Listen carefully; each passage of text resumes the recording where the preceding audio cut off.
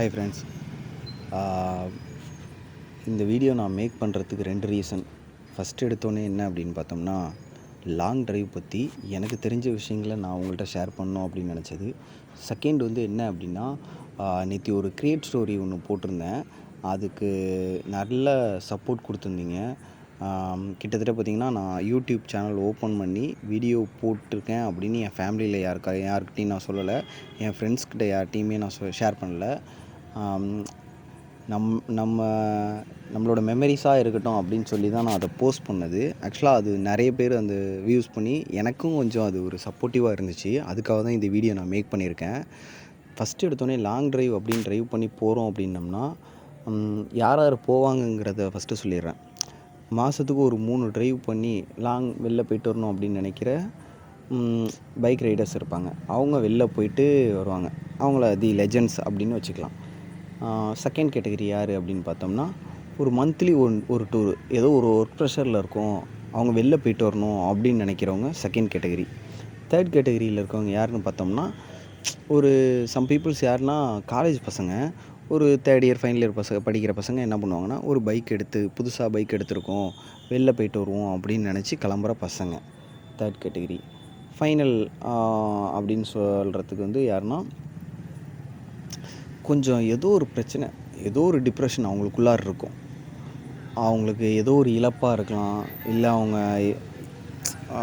அந்த வெளில கூட சொல்ல முடியாத சில விஷயங்களாக கூட இருக்கலாம். அவங்களுக்கு ஏதோ ஒரு மன கஷ்டம்னு வச்சுங்களேன், அவங்களால ஷேர் கூட பண்ண முடியாது. அதை எல்லாருக்கிட்டையும் எல்லா விஷயத்தையும் ஷேர் பண்ண மாட்டோம். அப்போ என்ன பண்ணுவோம்னா, கொஞ்சம் எங்கேயாச்சும் வெளில போய்ட்டு வந்தால் நல்லாயிருக்கும் அப்படின்னு நினப்போம். அவங்க ஃபோர்த் கேட்டகரி. ஆக்சுவலாக அந்த ஃபோர்த் கேட்டகரியில் இருக்கவன் தான் நானும். மிச்சம் ஒரு 3 கேட்டகரி, ஃபஸ்ட்டு, செகண்ட், தேர்டு. அதாவது யாருன்னா லெஜெண்ட்டு, ஏதோ ஒரு ஒர்க் ப்ரெஷர்லேருந்து ட்ரைவ் பண்ணி போகிறவங்க, அப்புறம் காலேஜ் பசங்க அப்படின்னு எடுத்துப்போம்.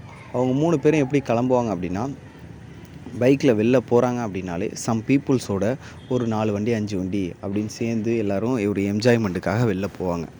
பட் இதே அந்த ஃபோர்த் கேட்டகரியில் இருக்கவங்க எப்படி அப்படின்னா, அவங்களுக்கு இருக்க ஏதோ ஒரு ப்ரெஷரில் அவங்க எடுக்கிற முடிவு ஒரு தப்பாக கூட இருக்கும். என்னென்னா, டப்புன்னு என்ன நினைப்பாங்க, இந்த வாட்டி நம்ம கொஞ்சம் வெளில தனியாக போய்ட்டு வருவோம் அப்படின்னு நினப்பாங்க. ஆக்சுவலாக தனியாக போய்ட்டு வர்றது ஒரு நல்ல விஷயந்தான். கொஞ்சம் நல்லாயிருக்கும். வெளில போய்ட்டு வந்தால் கூட மைண்டுக்கு கொஞ்சம் ரிலாக்ஸாக இருக்கும். உங்களுக்கு யோசிக்க கொஞ்சம் டைமிங்கும் நல்லா கிடைக்கும். அப்போ நீங்கள் தனியாக எடுக்கிறது நல்லது தான், நான் இல்லைன்னு சொல்ல மாட்டேன். பட் ஆனால் நீங்கள் தனியாக ட்ரைவ் பண்ணி போகிறது எப்படி போகணும் அப்படின்னா, அதிகபட்சம் காலையில் ஒரு 8 மணிக்கு நீங்கள் ஏர்லி மார்னிங் ஸ்டார்ட் பண்ணி ஒரு 300-350 கிலோமீட்டருக்குள்ளே தான் நீங்கள் ட்ரைவ் பண்ண போகிறீங்க. அதாவது கிட்டத்தட்ட நீங்கள் நார்மலாக தான் ஒரு 80 to 100க்குள்ளார தான் க்ரூஸ் பண்ணி நீங்கள் போவீங்க அப்படின்னா, ரெஸ்ட் எடுத்து இங்கே இடையில ரெஸ்ட்டு போட்டு நீங்கள் போகிறீங்க அப்படின்னாலும், ஒரு ஈவினிங் 7 o'clock நீங்கள் போயிடுவீங்க அப்படின்னா, நீங்கள் ட்ரைவ் பண்ணி போங்க. ஆக்சுவலாக தாராளமாக நீங்கள் போகலாம். ஆனால் நீங்கள் லேட் நைட்டும் நான் வண்டி ஓட்டுவேன் அப்படின்னு நினச்சிங்கன்னா, தனியாக போகாதீங்க. அது நான் ஏன் சொல்கிறேன் அப்படின்னா, லேட் நைட்டில் ட்ராவல் பண்ணும்போது நிறைய பிரச்சனை இருக்குது. நீங்கள் யாராச்சும் குரூப்போடு போகும்போது அவங்க உங்களை கேரி பண்ணி அழைச்சிட்டு போவாங்க. இல்லை ஏதாச்சும் ஒரு பிரச்சனைனாலும் எல்லோரும் சேர்ந்து ஹேண்டில் பண்ணுறதுக்கு கொஞ்சம் ஈஸியாக இருக்கும். பட் ஆனால் இதே நீங்கள் ஏதோ ஒரு பிரச்சனையில் நீங்கள் சோலோவாக இருக்கீங்க அப்படின்னா, அது கொஞ்சம் வியர்டாக இருக்கும். அதனால தான் சொல்கிறேன், தனியாக ட்ரைவ் பண்ணி போகாதீங்க. அதுவும் நைட் ட்ரைவ் தனியாக பண்ணாதீங்க. எனக்கு தெரிஞ்சு சில விஷயங்கள் இருக்குது, நான் சொல்கிறேன். சப்போஸ் ஒன்றும் இல்லை, உங்கள் வண்டி ஒரு சின்ன ஒரு பஞ்சர் ஆகுது, நீங்கள் டியூப் டயர் யூஸ் பண்ணுறீங்க, பஞ்சர் ஆகுது, ஒரு 2 o'clock அப்படின்னு எடுத்துப்போம். அப்போ நீங்கள் ஹைவேல இருக்கீங்க. அந்த டைமிங்கில் ஒரு 10 கிலோமீட்டர் தள்ளி போனோம்னா ஒரு பஞ்சர் கடை இருக்குது அப்படின்னு ஒருத்தவங்க சொல்கிறாங்க அப்படின்னா, அப்போ 10 கிலோமீட்டர் வரைக்கும் வண்டியை நீங்கள் தள்ளிட்டு போயிடுவீங்களா?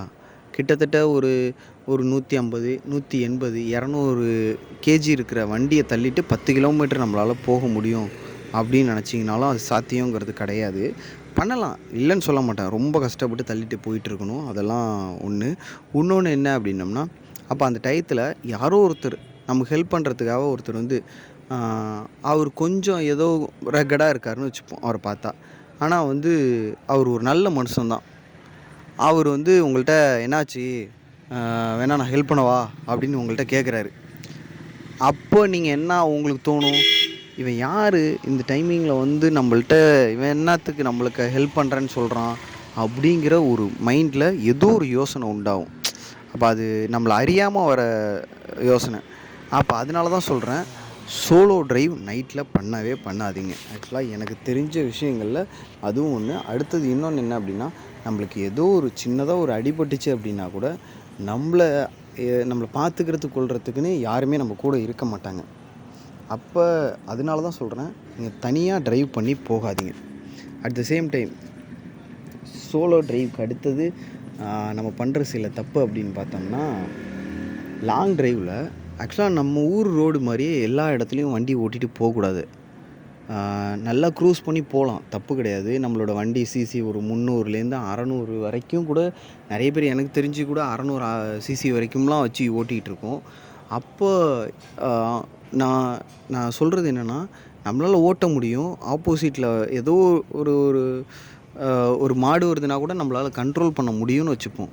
சப்போஸ் நம்மளால் கண்ட்ரோல் பண்ண முடியாமலும் லைட்டாக இடிச்சிட்டோம் அப்படின்னம்னாலும், இப்போ சில பேருக்கு எப்படின்னா, ஒரு நாய் மேலே லைட்டாக இடிச்சிட்டா கூட அந்த நாய்க்கு அடிபட்டுருச்சு அப்படிங்கிற ஒரு ஒரு கில்ட்டி கூட நம்மள்ட்ட இருக்கும். இப்போ ஆக்சுவலாக என்னையெல்லாம் எடுத்துக்கிட்டிங்கன்னா, நான்லாம் அப்படி தான். ஒரு சாதாரணமாக அடிபட்டுருச்சு, யாரோ ஒருத்தர் நாயை இடிச்சிட்டா கூட நான் கூட திட்டிகிட்டே நிற்பேன். அப்படியே நின்று பார்த்துட்டு வருவேன். ஏன்னா எங்கள் வீட்டில் பார்த்திங்கன்னா ஒரு பப்பி இருக்குது. அதனால என்னோடய மைண்ட் செட் அப்படி. அதனால் ரொம்ப ஒரு அதிகபட்சம் அந்த ரோட்டுக்கு நீங்கள் என்ன லிமிட்டில் ஓட்டலாமோ அதை விட நீங்கள் கொஞ்சம் பொறுமையாக போய்க்கலாம், ஒன்றும் தப்பு கிடையாது. At the same time long drive அப்படின்னு பண்ணும்போது நம்ம எல்லாருமே பார்த்துருப்போம். ஒரு 5 நாள் டூர் போட்டிருக்கும்போது அவங்க என்ன பண்ணுவாங்கன்னா, ஒரு 7 நாளைக்குள்ள செட்டு ட்ரெஸ் எடுத்து வச்சுருப்பாங்க. ஒரு 8 நாளைக்குள்ளது கூட எடுத்து வச்சு நான் பார்த்துருக்கேன். அதே மாதிரி உங்கள் உடம்புக்கு எந்தெந்த மெடிசன் தேவை அப்படிங்கிறத பார்த்து கேரி பண்ணிங்க. ஏன்னா மெடிசன் நம்ம வாங்கிக்கலாம் போகிற வழியில் அப்படின்னு நினைக்காதீங்க. சப்போஸ் அந்த மெடிசன் உங்களுக்கு ஒத்துக்காமல் இருக்கலாம். அதனால் சொல்கிறேன், ஏன்னா என் கூட வந்த பையன் ஒருத்தனுக்கு பார்த்திங்கன்னா வீசிங் ட்ரபிள் இருந்துச்சு. நாங்கள் அந்த டயத்தில் போயிட்டு நாங்கள் டேப்லெட் கேட்டப்ப அவர் சொன்ன விஷயம் என்னென்னா, வீசிங் எதனால் வந்துச்சு, எப்படி எல்லாத்தையும் பார்த்துட்டு தான்ப்பா டேப்லெட் கொடுக்க முடியும், 2 கேட்டகரி இருக்குது அப்படின்ட்டாங்க. அப்போ அதெல்லாம் இருக்குது. அப்போதைக்கு அந்த பையனுக்கு திருப்பி பார்த்திங்கன்னா, நாங்கள் வீசிங் வந்தப்போ கொஞ்சம் ரிலாக்ஸ் ஆகிட்டான். அதுக்கு பிறகு பார்த்திங்கன்னா மறுநாள் காலைல ஹாஸ்பிட்டலில் காமிக்கிற வரைக்கும் கொஞ்சம் எங்களுக்கு ஒரு பதட்டமாகவே நாங்கள் இருந்தோம். ஏன்னா ஏதாச்சும் ஆயிடுச்சுன்னா என்ன பண்ண முடியும், ஒரு நம்மளை நம்பி அவங்க பேரண்ட்ஸ் நம்ம கூட அமுச்சு வச்சுருக்காங்க, அந்த ஒரு ஃபீல் இருக்குது. அதேமாதிரி எனக்கு இன்னொரு ஒப்பீனியன் என்னென்னா, உங்கள் வண்டிக்கு என்னென்ன டூல்ஸ் தேவை அப்படிங்கிறத பார்த்து கொஞ்சம் எக்ஸ்ட்ரா நீங்கள் எடுத்துகிட்டு போங்க. வண்டியிலேயே உங்கள் பைக் வாங்கும்போது கொடுத்துருப்பாங்க. அதனில நீங்கள் எக்ஸ்ட்ரா ஏதோ என்னென்ன தேவையோ நீங்கள் அதை பார்த்து எடுத்துகிட்டு போங்க. அது எதுக்காக சொல்கிறேன் அப்படின்னா, ஒரு பிரேக்கு உங்களுக்கு பேக் பிரேக் லூஸ் ஆணுச்சு அப்படின்னா கூட அதை நீங்கள் டைட் வச்சுட்டு போயிடலாம்.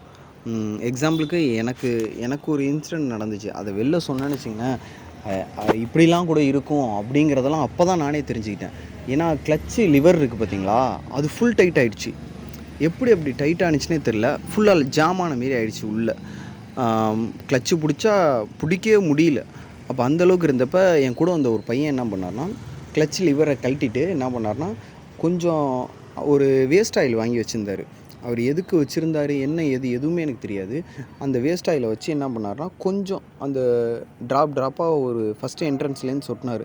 அது கடைசி வரைக்கும் வர வரைக்கும் வெயிட் பண்ணார். திருப்பி ஒரு 2 நிமிஷம் வெயிட் பண்ணிவிட்டு அந்த கேபிளை இழுத்து பார்த்தோன்னே கொஞ்சம் லூஸ் ஆகிடுச்சு. அதுக்கு பிறகு திருப்பி என்ன பண்ணார்னா, வண்டியில் மாட்டிட்டு இப்போதைக்கு நம்ம போட்டுட்டு போயிடலாம், காலையிலக்கு நம்ம எங்கேயாச்சும் சேஞ்ச் பண்ணிக்கலாம் அப்படின்னாரு.